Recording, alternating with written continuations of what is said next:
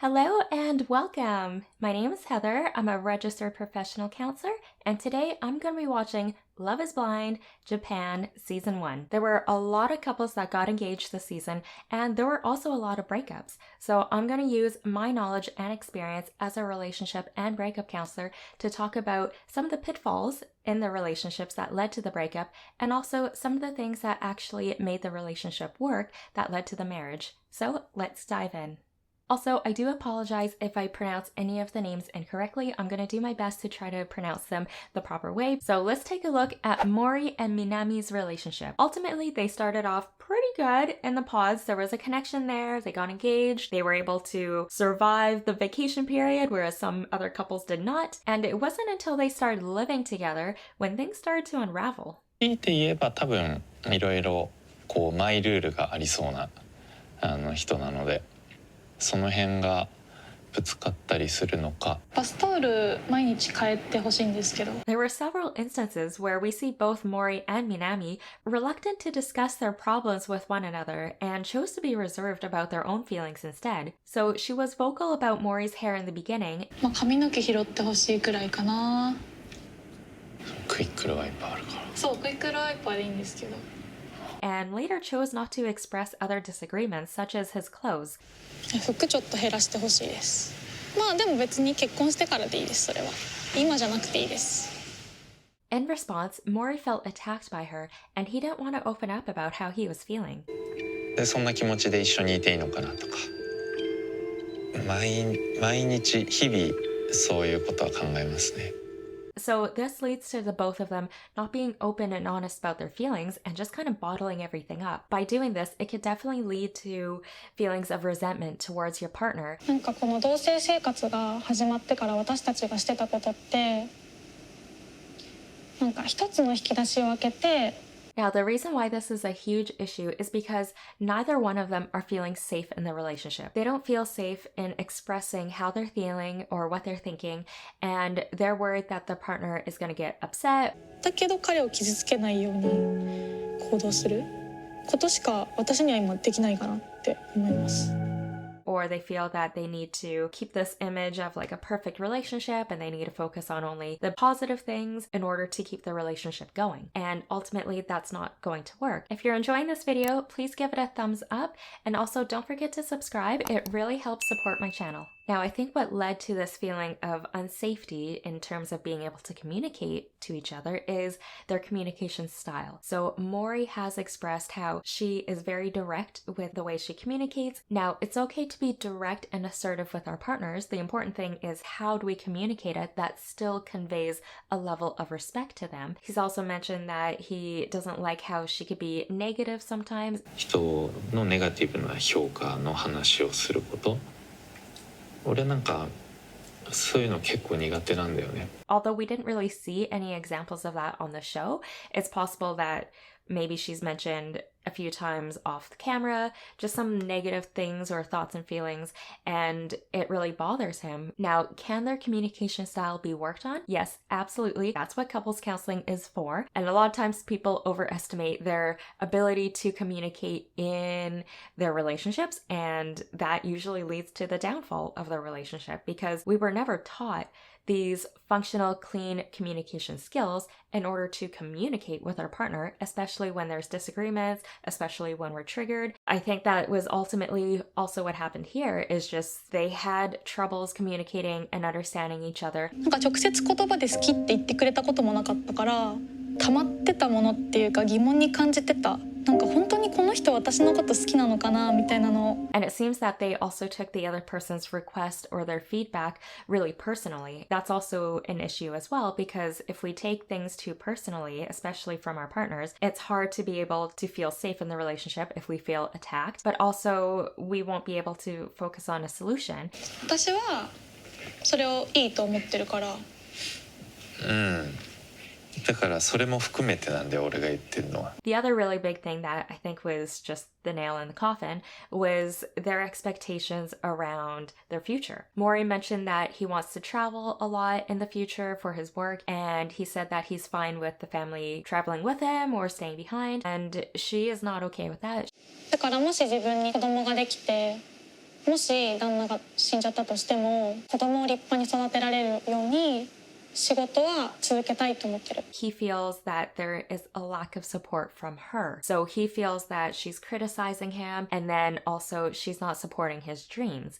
夢の話とかもみなみちゃんからするとちょっとそれは現実を見てないんじゃないかと。Which makes him feel unsafe in the relationship because he feels that he can't be himself or he has to change his future or his expectations to accommodate her. 生きてる根本的な軸が全然違うし。Despite their communication issues, the fact that they don't have a shared relationship goal and they have different expectations of what the future is going to look like, ultimately the relationship isn't going to work, and so they broke up. そこの多分優先順位がもうそもそも違うからちょっと難しいのかなって思いました。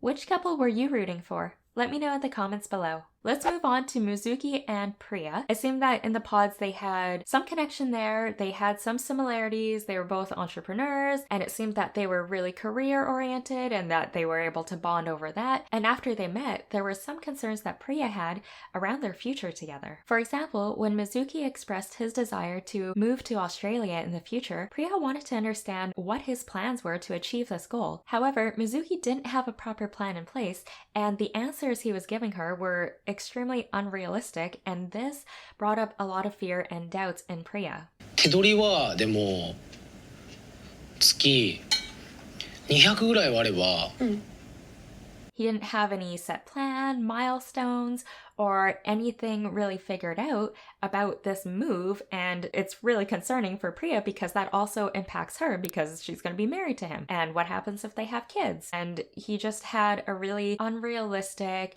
一緒に動きたい、よく言えるなら。そういう人が専業主婦じゃなくてだよ。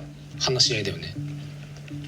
kind of like a dreamy idea of what the future is going to look like and how much it really cost. And maybe it's because they just have different work ethics. Maybe she finds it important to plan every step and stage. どういう取り組み方をしてとかの方が、And maybe for him, it's not that big of a deal and he's more kind of go with the flow and he doesn't need to plan as much as her, but he'll still get it done. But, you know, maybe there's a clash in their work ethic and their expectations around how each other would work. I think it's important to still have a general idea of what the future is going to look like or what kind of plans or outline of the plans in order to reach that goal. But he didn't seem to have that either. And so I think that's what's really worrying her about what their future is going to look like.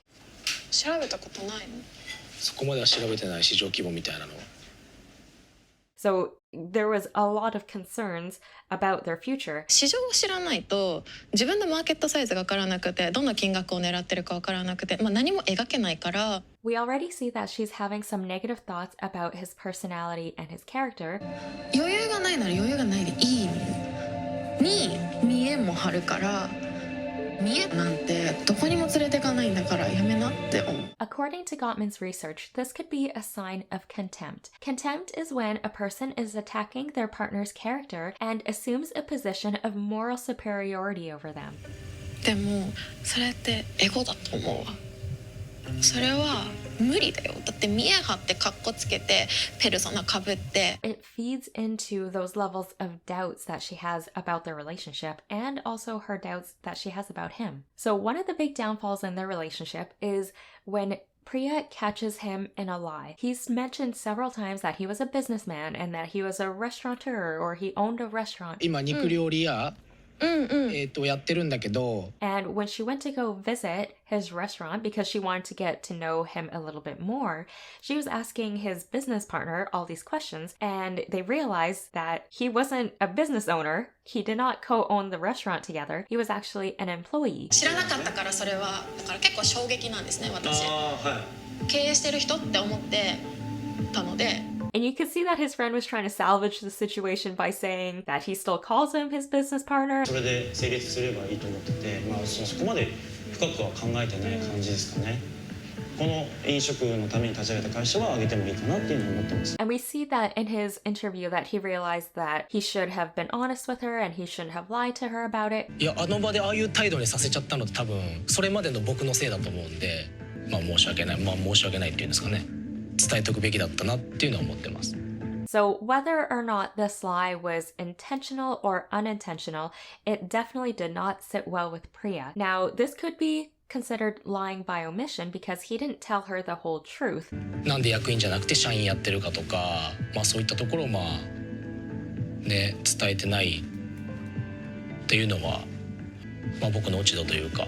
Maybe in his mind, he thought it was the truth, which is that he was a business partner, and that's what they called him, and therefore he never really questioned it until Priya started asking the hard questions, which should be asked to really know if you're a business owner. And if he did lie on purpose, what would be the reason? Now, it's possible that he was trying to impress Priya, and so he exaggerated his roles a little bit, and that could also explain why he was exaggerating, how much money he wanted to make when he moved to Australia, which was like 2 million yen, which is a lot of money. And so he wanted to convey this level of success, especially if she was asking all these direct questions about it and he didn't really have a plan or he wanted to still appear successful. So he exaggerated his answers because he didn't want to seem inferior or he didn't want her to reject him or to judge him if he didn't have everything planned out like she does. Now, it's also possible that he was a little bit naive or immature in his way of thinking in terms of how the real world works for entrepreneurs, and he doesn't have a lot of experience or knowledge like Priya does, and so he doesn't want her to know that. Lying by omission is still lying. So what could he have done when she found out about the lie? 一応共同葬儀を言ったわけじゃ一応経営に関しては2人決めてるけど、ただね代表だし、一応全部お金出してるし。He didn't really say anything. He just kind of said yes, and he just kind of agreed with her. But he definitely could have apologized. Now, maybe he did apologize later on off cameras and we didn't see it, but he definitely could have used that opportunity when, the lie was exposed or the truth was exposed to actually genuinely apologize and to maybe explain a little bit about what was going on. Especially if you know you're in the wrong, you need to be able to apologize and take responsibility for that. And we see that he was trying to make it up to her, and we see that he had this romantic gesture and he really tried to show how much he loved her. But for Priya, it wasn't enough. She said something that was actually quite powerful, in my opinion, which is that I know I can make you happy, but I don't know if you can make me happy. And ultimately, she couldn't continue on with the relationship. 今じゃないんじゃないっていうのがやっぱよぎっちゃって、そのところに飛び込むには I think she realized that they just weren't on the same wavelength when it came to the future or what the future would look like or their expectations around that. 別に持った未来を私は一緒に歩きたくない。 And she wants to find someone who has that same drive as her, who is also career-oriented, who's also a planner. And that's totally okay. It just means that this relationship isn't right for her. プリちゃんのその思い描いてるものに対して、僕はもうふさわしくないんだなっていうのは感じたので。 Make sure to give this video a thumbs up and don't forget to subscribe for more analysis videos like this. Feel free to check out my other therapist reviews videos, and I look forward to seeing you in the next one. Until then, be kind and love yourself.